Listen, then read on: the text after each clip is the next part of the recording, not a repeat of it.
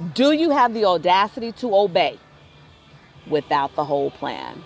Hey, it's TJ again, and we're continuing our series, The ABCs of Audacity to Success, with the letter O. And I need to take you back to about 10 years when I first started my entrepreneur journey. What had happened was I had been in Hollywood for about 15, 20 years at that point, and I love my job.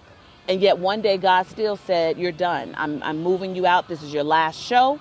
And after that, I'm moving you to other things. And yet he still didn't tell me what the other things was. But yet I still obeyed without the whole plan.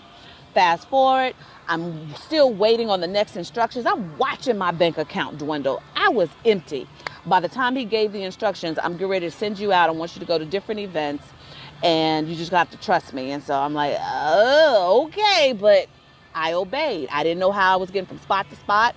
I didn't know where the money was coming from the hotels or whatnot. And so the night before I was getting ready to head out, I got a call from a friend who I hadn't told anything. I hadn't even talked to her. And yet she said, God told me to call you and get a check to you.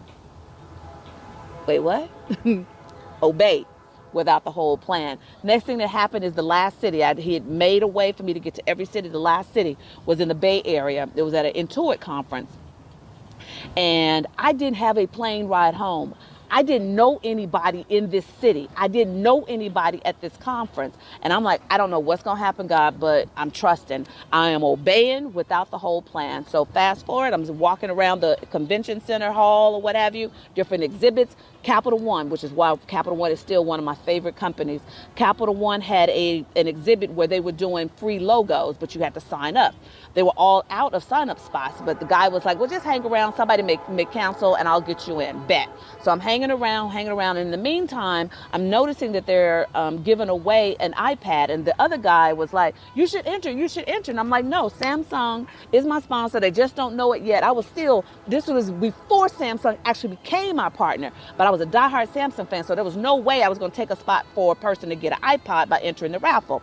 God was like, he just kept insisting, no, you should enter. So just to, just shut him up, I was like, okay, fine.